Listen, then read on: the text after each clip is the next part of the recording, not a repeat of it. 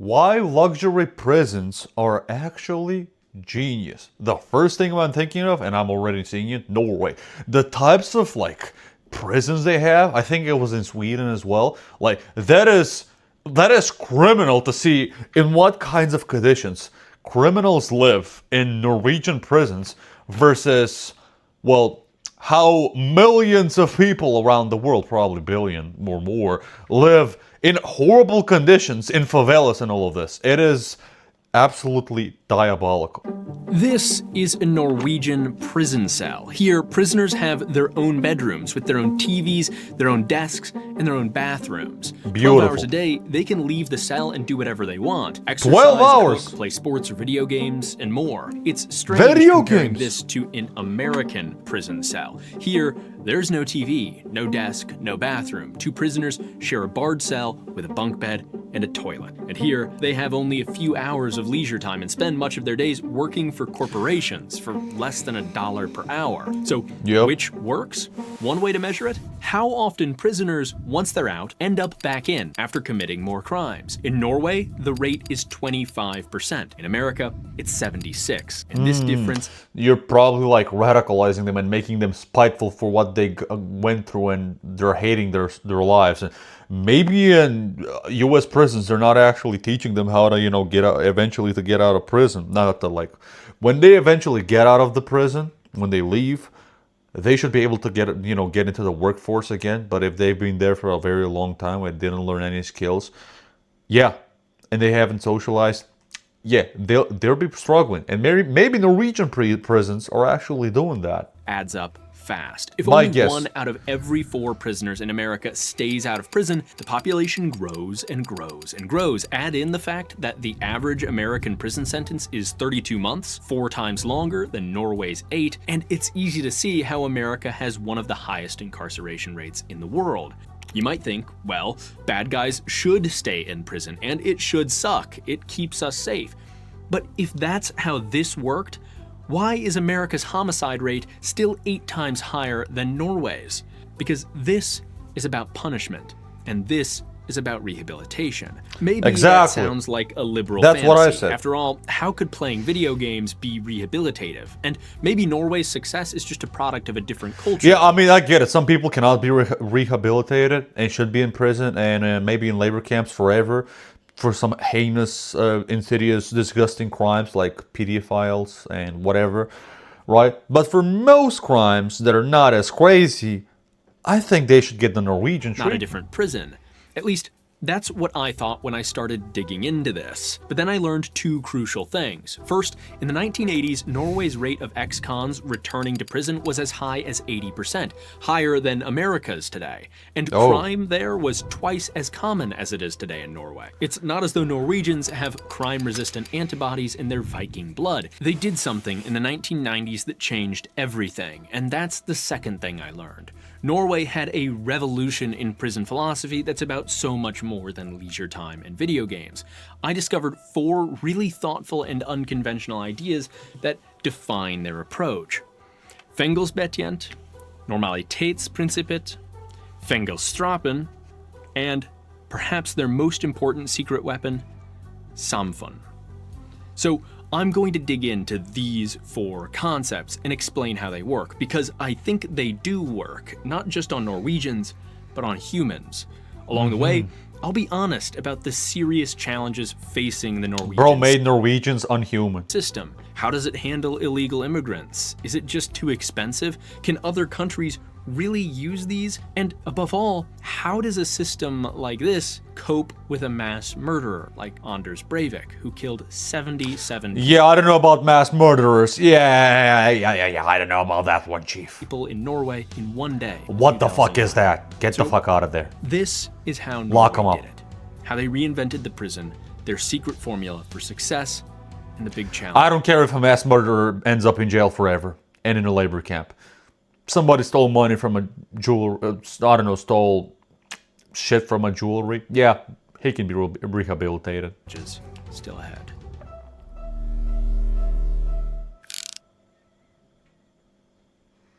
As a matter of fact, Norway's prisons used to look just like this. So how did Norway get here? This paper explains everything, and it holds many of the secrets that make Norway's prisons work.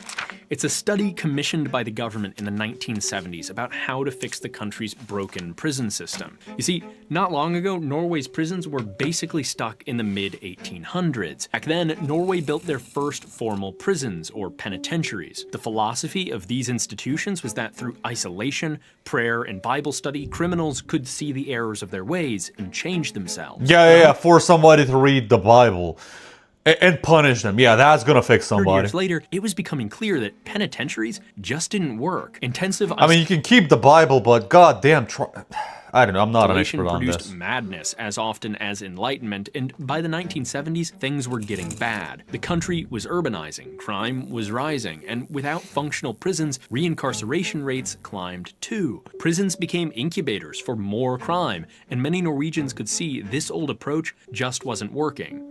So the government commissioned this report. Inside, the findings were radical. Instead of individual moral sin, the report blamed systemic social ills for most crime. Instead of physical or spiritual punishment, the report recommended sympathetic rehabilitation. When the justice minister, For some people, right? Inger Louise Valle, presented Am I being too harsh? she was nearly laughed out of parliament by her own party. In the end, her reforms were ignored, so in the 1980s, things got worse. Crime rose further as drug use and trafficking exploded. Recidivism reached rates of 80%. Norway wasn't safe. Neither were its prisons. In 1989, a guard was killed by an inmate. 2 years later, it happened again. While many could tell Norway's penal philosophy wasn't working, nobody felt it like the prison guards. To them, change couldn't come fast enough. So in the 1990s, they looked back at this report. If anybody knows some kind of an interview online with a U.S. prison guard and the stuff they can like explain of what the type of shit people go through in U.S. prisons and jails, link it to me. Found some lessons and catapulted Norway's prisons out of the 1800s with the first of 4 principles. No more Fengelsvakt. No more prison guards. In place of the Fengelsvakt would be Fengelsbetjent. Prison guards were now prison officers. But this was much more than just a name change. Instead of merely enforcing punishment and restrictions, the prison officer was tasked with actively facilitating rehabilitation. That required 3 big changes: education, contact officers, and dynamic security. Yeah, I was about to say you can't use the same people for this new position. You need to train them or educate them, or you need new people. For education, A in whole Norway, different they have position. a university specifically for prison officers. Here they spend 2 full years with pay studying psychology, this. criminology, law, human rights, This is and awesome. ethics. Before this, prison guards in Norway had only a 9-week training course. In America, many states today require 4 weeks or less of training. Some This is how you learn to beat up a mob of idiots. You grab your bat, you grab your electric gun, you grab your actual gun if you need it, and here's how you punch them in the face. And you learn it in 4 weeks. That's all you need. Oh, and you learn a few prison rules. That's it. only require 48 hours. According to Harald Fusker, who directed Norway's Prison Officer University for 30 years, the objective is to produce officers who can, quote, handle the responsibility that is entailed in having power, and who have the belief that people can change their pattern of action. By the way, I want you to remember this guy, Harald Fusker. He's going to suffer a terrible catastrophe later, and his perspective is really important. Why do always the people with the greatest, most amazing fucking ideas struggle and suffer the most by people opposing them? Like, come on! Let's continue. Now, the Fengelsbetjent is not responsible for rehabilitation. That lies with the prisoner alone, but the well-educated prison officer can support that process. To that end, every prison officer also serves as a contact officer to at least one inmate. Kind of like guidance counselors, they help inmates navigate their time in prison, advise them on their life plan after release, and even assist them with job and health. And if the paycheck didn't go up after this, I mean, hopefully it did, but if it didn't, I would leave. applications. I would For not this be this relationship kind of an to officer. be productive, Norway employs one of its strangest tools, dynamic security. Imagine security in an American prison. What do you picture? Guards standing on elevated walkways, watching with guns in their hands, ready to unleash a hail of rubber bullets. Punisher. My insane brain, my insane Balkan-ass Southeastern European brain saw dynamic security as every hour there's a gun being shot. You don't know where, you don't know when, or there might be multiple ones, but it's dynamic security. So don't even try to leave the prison. I'm insane. An iron fist. They are enforcers. In Norway, however, prison officers aren't armed with guns. They don't stand aloof, stepping in only to intervene or to punish. Instead, they walk among the prisoners. They join them That's at workouts. insane. They eat their How? meals together, play soccer What? and video games together. Dynamic security means living with the prisoners. Maybe it's the culture and the people there, but I don't think that would work in most of Europe and the US and Canada. Or here where I am. I don't think. I think they're gonna be beat up to death. Joining them in their daily activities. That may sound crazy, but it allows officers to establish relationships vital to really understanding the inmates, their strengths, their weaknesses, their personalities, and their risks. And this completely turns the traditional prisoner-guard relationship on its head. Yes, the prison officer is still an authority figure, but he's more like a mentor, a colleague, or a boss you could play pickup ball with, a teacher you can talk to about real life. Above all, dynamic security introduces the inmates to normal daily interactions with normal people, rather than criminals. Which is why you also heard that right. Many Norwegians do cook their own meals and play video games. Giving prisoners access to kitchen knives and a PlayStation might sound indulgent or even... Some people live so horribly in the U.S. and where I am from, and the Balkans. Like a lot of people would just rather go to Norway, commit some crime to just end up in one of these prisons, and then they just never get out. Also, how do you get people that would just want to stay there forever? Just commit a crime again and just end up in... You'll get more and more people that want to go to prison, and the people that got out of prison now they actually want back in. If it's so nice and beautiful, then why the fuck would I want to go outside again? Dangerous. But outside I know of it's prison, more nuanced than that. This is normal. And that's the second of Norway's 4 genius principles. Normalitetsprincippet, or the normality principle. According to Are Hoydal and Nina Hansen, authors of The Norwegian Prison System, the normality principle is, quote, the idea that life inside prison should be as close as possible to life in the community. 4 standout examples show what this means in practice. Bedrooms, political rights, skills training, and community contact. First, skills training and community contact, I think it's amazing. The best one, the most important ones that every single prison should have in every single country. And of course, a somewhat nicely livable cell. The bedrooms. Norwegian prisoners have their own cells, frequently with their own bathrooms, showers, televisions, desks. Holy and more, shit! Just as normal people do. Don't tell me they also have Wi-Fi. In the normal world. This affords them not just privacy, but responsibility for the maintenance of their own spaces, a crucial skill for living an upright, organized life. I should learn that skill. Once released. I need it. Norwegian prisoners also have the same political rights as any other citizen. Convicts retain the right to vote and receive the same social services everyone in Norway receives. Healthcare, education, and more. The point is not to cast criminals out of society. It's to train them to participate in it peacefully and productively, and you can't... I can see this going wrong in so many fucking ways, in like so many countries. I don't know how this is realistic in every single country. Do that if you don't treat them like fellow citizens. Like, maybe I would allow certain people, that are in prison for certain crimes to vote. Not everybody. Of course, that means learning to work productively, too. At Halden, one of Norway's newest and most famous prisons, most inmates go to work each morning, partake in recreation in the afternoon, and are not locked up again until 8:30 at night. Like cooking for themselves, this builds normal and healthy daily routines, and it even builds real qualifications to work as mechanics, carpenters, or chefs. And lastly, prisons seek to maintain inmates' connections to their outside. Bro, imagine going to a restaurant and your chicken and rice and whatever you ordered was cooked and whipped up by somebody who killed someone. Yeah, that's communities. nice. Prisoners Yeah. are allowed regular That's gonna make you feel, visits, and you know, at Halden, lovely about your fathers in food. prison can even reserve a separate cabin within the prison grounds to stay privately with their family for up to 48 hours. Maintaining these social bonds improves re-entry into society and preserves community ties, which are essential to avoiding reincarceration in the future. It can almost seem like this obsession with normality is an attempt to make prison not a punishment, but this is a mistake. In Norway, Yeah. the principle is that the prison sentence, the loss of liberty, is itself punishment enough. Beyond this, there's no reason to seek to make someone's life miserable. In fact, that's just counterproductive. As Are Hoydal, co-author of this book and director of Halden Prison, points out, quote, In Norway, all will be released.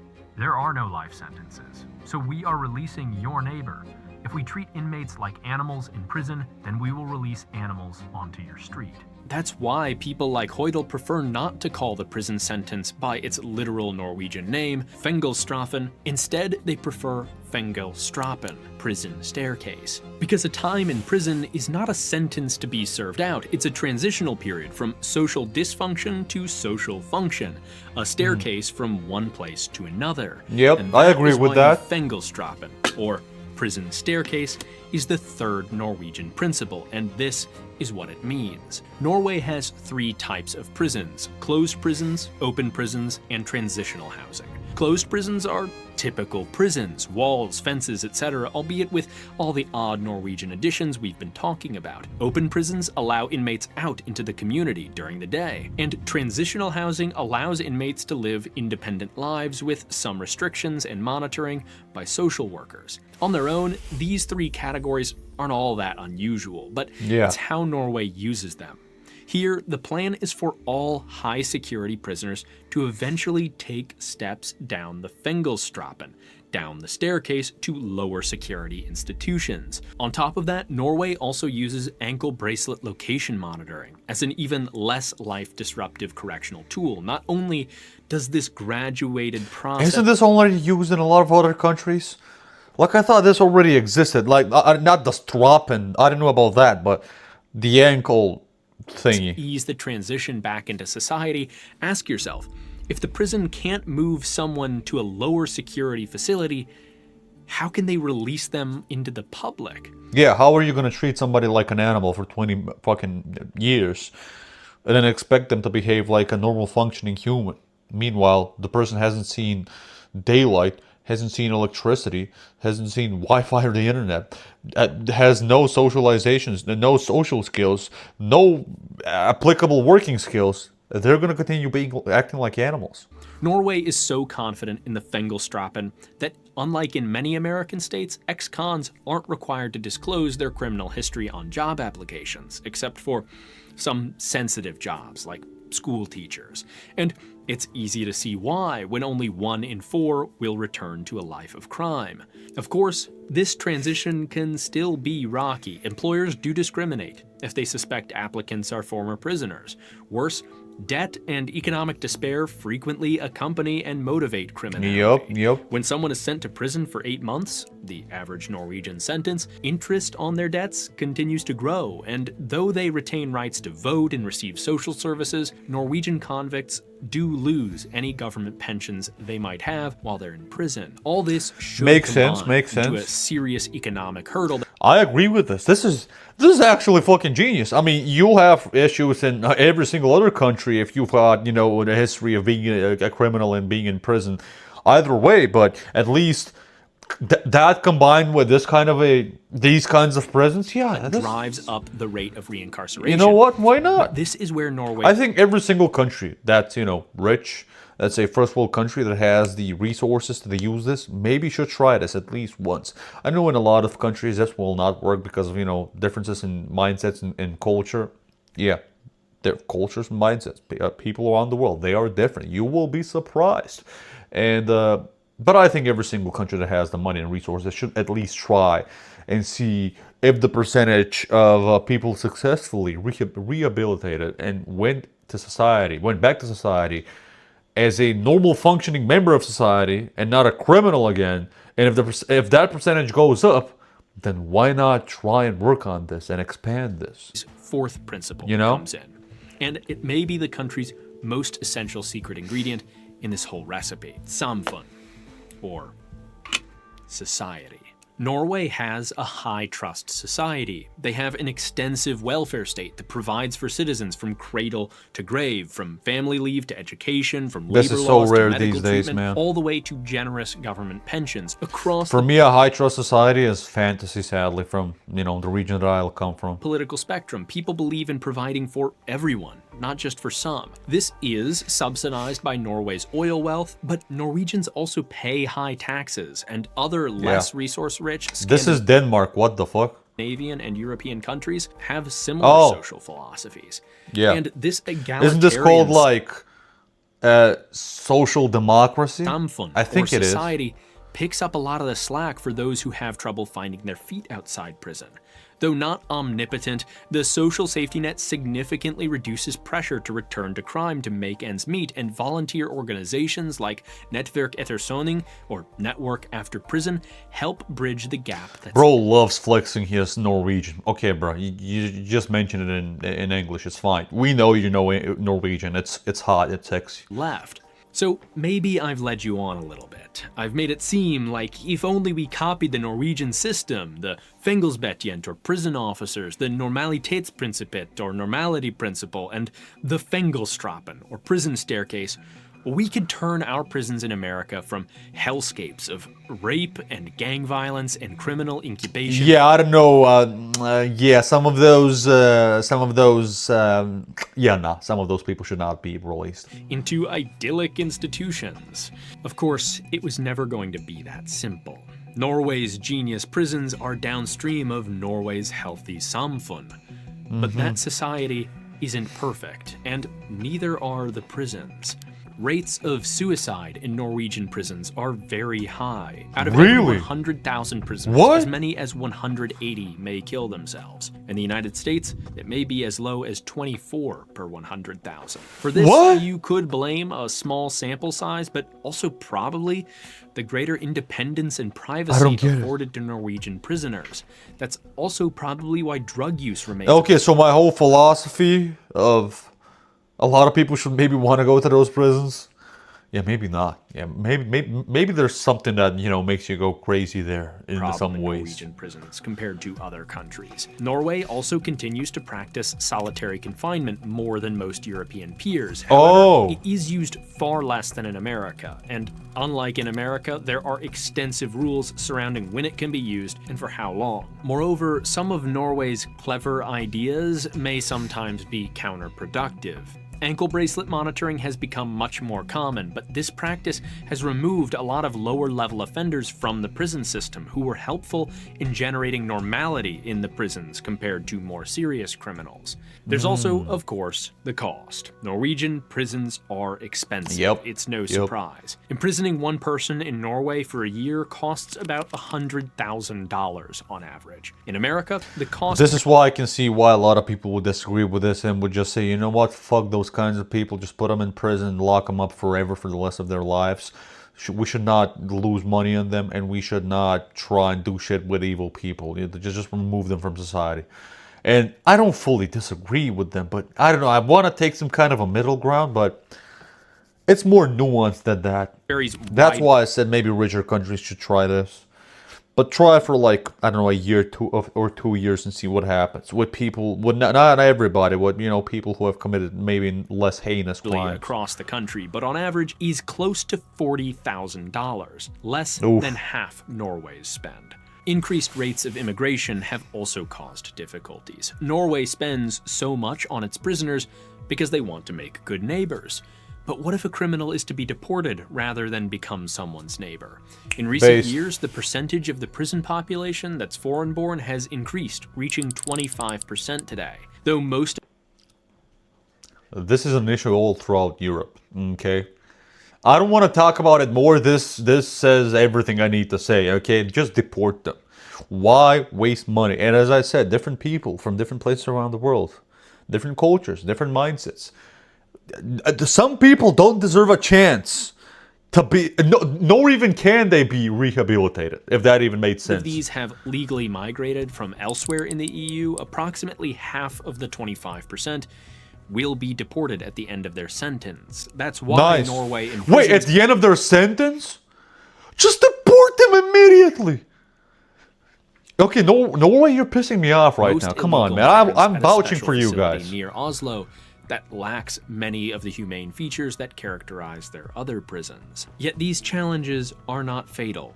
Immigration is a thorny issue in every democratic society, not just Norway, Yup. and hardly just in their prisons. And while Norwegian prisoners are 2.5 times as expensive as American prisoners, that's leaving a lot out. America imprisons people 10 times more often than Norway does. In prison, they serve 4 times longer, and when they get out, they're 3 times as likely to return. See, as I said, it's more nuanced. Maybe you might spend more per prisoner, but you might get way less prisoners years from now. Put all that together, and suddenly Norway's approach doesn't seem so expensive after all. Yet there is a deeper problem beyond mere practicality.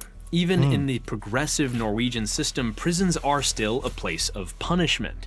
That punishment may be limited, restricted as much as possible He's making me uncomfortable right now. to the deprivation of liberty on account of human rights.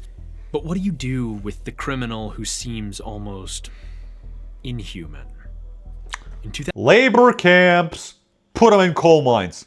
Make them profitable for the country. Hell yeah. 2011, Anders Breivik bombed a government building in downtown Oslo. Yeah, how do you don't rehabilitate that kind of a person? At the same time, he traveled to a youth summer camp on an island and executed dozens of teenagers. He killed 77 people in one day.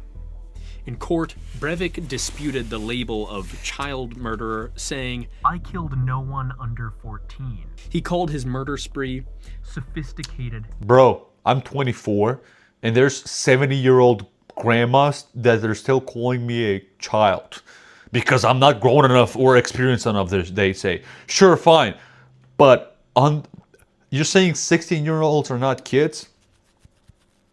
Yeah, that person should be deported. I don't care if he's Norwegian.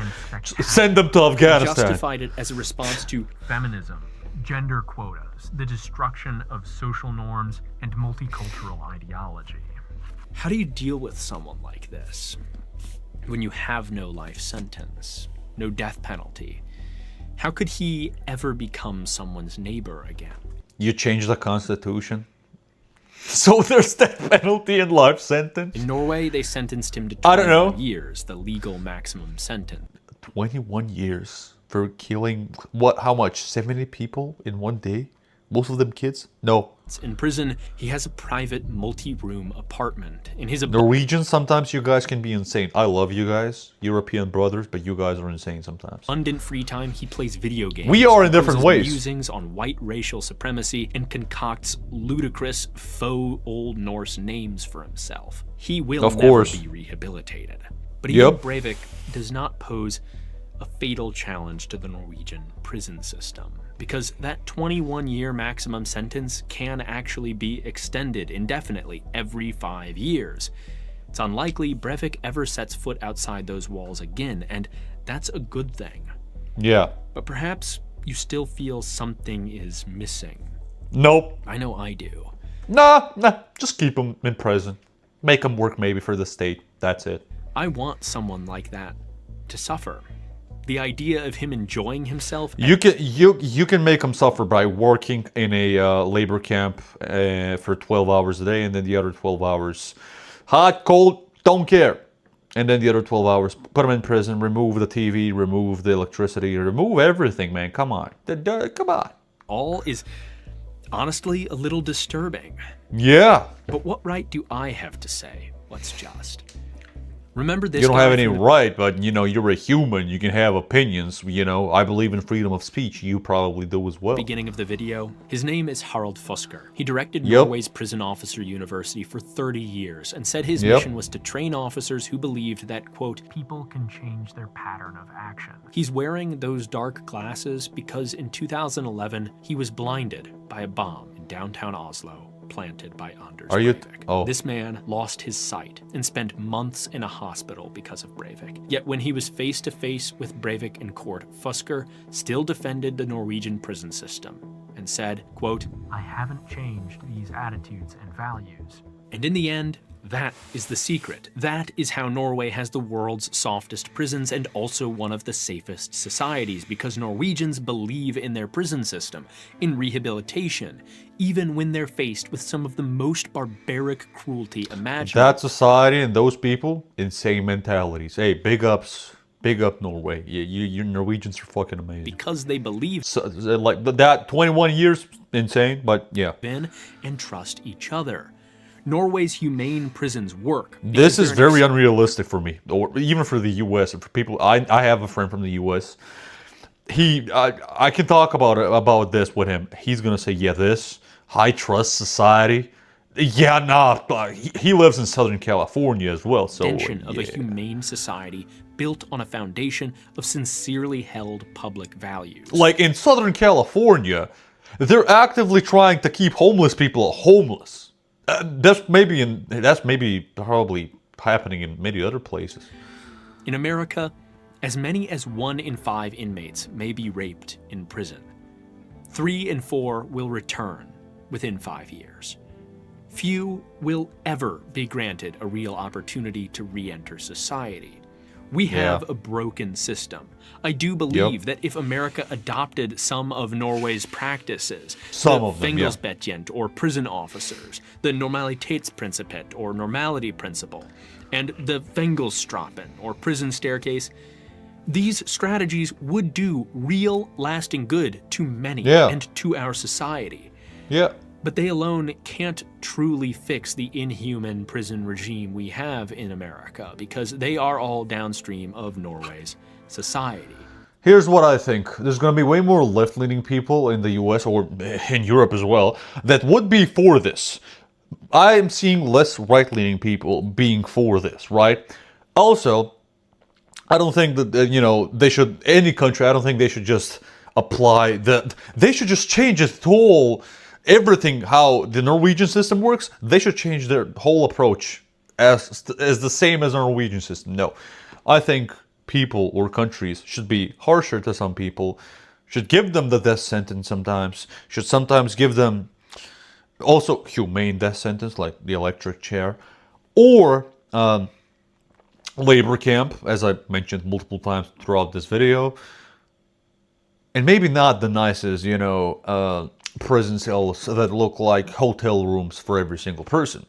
And maybe you should select, certain people with certain crimes, certain ages as well, to try and rehabilitate them. And plus, there's also the financial factor. I'm seeing, again, I might be wrong, you guys tell me what you think, but I'm seeing way more right-leaning people also being against this because of the financial factor. And they might just say, just deport all of them, even of the more minute crimes. Maybe not all right-leaning people, but I'd see why. When it comes to this, I'm more of a mixed bag, but I'm more left-leaning when it comes to this. Like, I like how Norway is doing it, but I'd be more harsher and not as forgiving and not give chances to certain people. It's samfunn. Theirs is a system that asserts in every facet of life, from welfare to prisons, a human being deserves to be treated as a human and as equal to all fellow humans. Should all people be treated as equal? If they haven't done insane, horrendous crimes, yes. Do all people have to be treated as equal for the crimes they did, no matter what kind, no matter their gender, their ethnicity, all this? Yeah. So in that regard, yeah, I agree. But tell me what you guys think in the comments. Great video by Spectacles. Go subscribe to him and tell me what you think, and have a nice day.